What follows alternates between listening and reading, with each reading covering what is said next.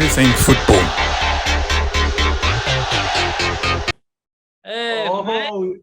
Welcome to another episode of Footy Brews. I'm Sasha. This is Romain, and today we have an exciting episode for you. But right before we start, I hope you guys have noticed the new intro. It's looking fresh, it's looking clean. We're trying a few new things out here, so let us know what you guys think in the comments. And if you do like the video, do please like. We appreciate you guys every time. But today, Sasha, we have an exciting episode. We're going to be talking about the Champions League game, the first game that happened on Tuesday, Chelsea versus Real Madrid.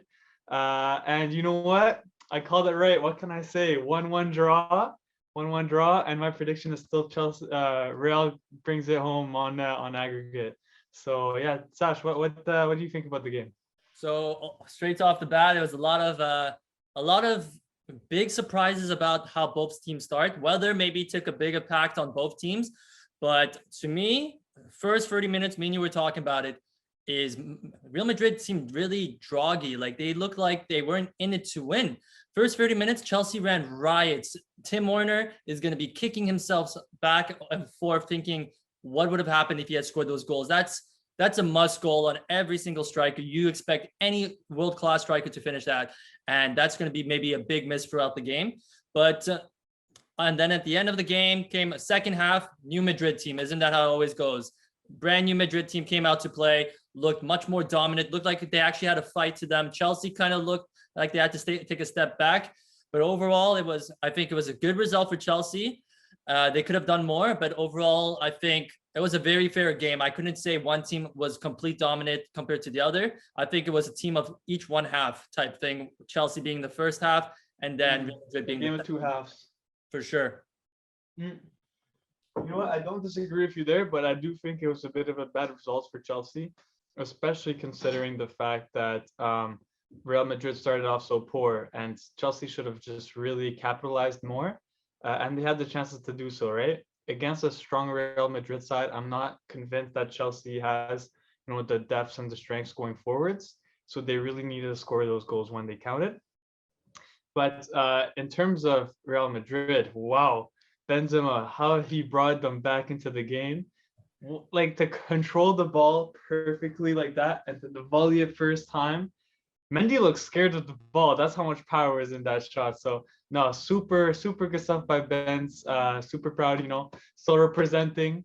No, good stuff overall by Real Madrid.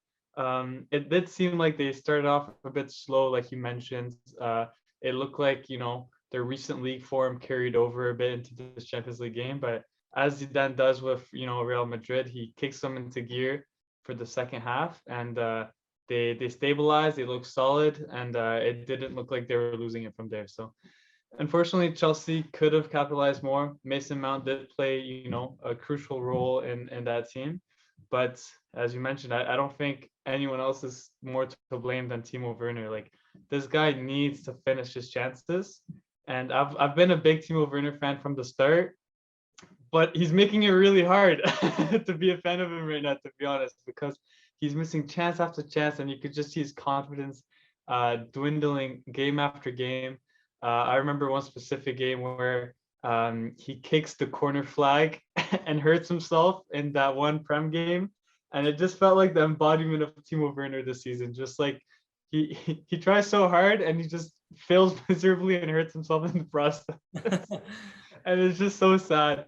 But you know what? Overall, I guess I do agree. It was a fair result, 1-1, as I predicted. And we'll see what happens in the second leg. But for me, yeah, hopefully Real Madrid takes it up another notch and closes the game out. For sure. And you know what? Now let's speak about more tactical side of the game, more of the analytics and the breakdown. For me, poor start from Madrid on the 4 back. Remember, I was speaking, if you guys remember the first video, I said if they were going to start 3 in the back of the 4. So we saw them opt out back to the 3. And I think Zidane at half kind of realized they were getting run down those wings. We saw Cruz and Modric at one point. Nacho was getting eaten alive. And you know who was the craziest one to be so dominant and pushing forward was Conte. Unbelievable that game. He was fundamental for everything that started, everything that broke down for Madrid. He was at the heart of it. He played unbelievable game. And you know what? When he was pushing up, it was sometimes a part of the game. In the first 45 minutes for Chelsea, we kind of thought, wow, how many times are they going to get these 4 versus 3 situation, 3 versus 2? You know, they had multiple chances where they have an overload on the break, and then they go and they waste those chances. And maybe it's the weather to blame, maybe it's other things to blame. But like you said, Werner taking shots where you don't even expect why you're taking that shot, shots where you expect him to take, goes and passes it. It seems his decision making is just really off his game right now. And I think another big player for Chelsea that was for the positive side was Pulisic. He looked unbelievably friendly. Pulisic. He looked really super Croatian. Pulisic. American, but you know what? He played a fundamental part. He scored the goal. And that first goal kind of shows the state that Madrid was in the first 30 minutes. I mean, you had 2 goalies between Nacho and Varane trying to, one of you come and pressure him, give him something to kind of, he looked like he just walked that ball net. He had all the time in the world. He did walk the ball into the net. And that went to show, the lack of Ramos on the field, right? Ramos, as we mentioned in the first video, was a key miss and a key injury for Real Madrid. And man, was he ever exposed right there? Like, Nacho, instead of tracking the run, goes and tells Courtois to go get the ball. Courtois like, "What are you guys doing?" And then they both run to the byline, and it's like, what happened? They got so confused. So, but we'll give credit to Pulisic to maintain that composure, easily pass Courtois on the side, and just pass it into the net and score that opening goal. So, no, credits to him. It was good stuff. But yeah, any closing thoughts for this one, Sash? Yeah, let's go some closing thoughts. How about you give me some of the players' ratings? Who is your best players and the worst players for each team? Who do you think? I mean, best players rating for Real Madrid, it's got to be easy. It's got to be Benzema. I'd give him a solid, a solid 8.5. We'll do 8.5. He couldn't be a 9 just because he didn't create that much more, but he didn't really have that many chances, so we'll have him there.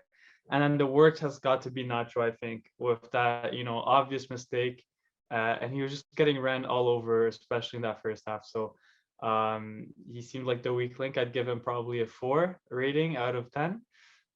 In terms of Chelsea's performance, it felt like a much more of a team performance, so I'm not sure who would be the worst player. There wasn't that many outliers in my opinion, but I think Mason Mount and Pulisic both played exceptional, so I'd give them both an 8. Okay, and the worst, you don't have a worst player for them? There wasn't a specific worst player in my opinion, so I think they're none to really bring out.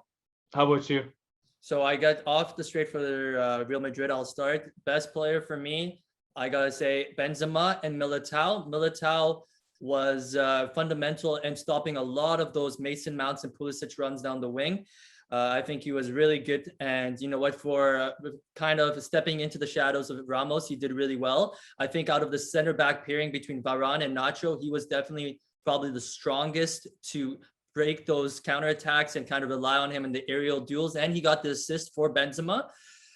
For worst, has to be, you're right, Nacho and Marcelo. So if I had to do ratings, Benzema 8.5, Militao 8.5, Nacho and Marcelo probably both out of 5 out of 10. Now going on the Chelsea side, best player for me has to be Conte. Man was everywhere, tracking back, up in the front. He did everything for me, and probably right behind him was Pulisic. So I probably rate Conte a 9, Pulisic an 8, and then worst player.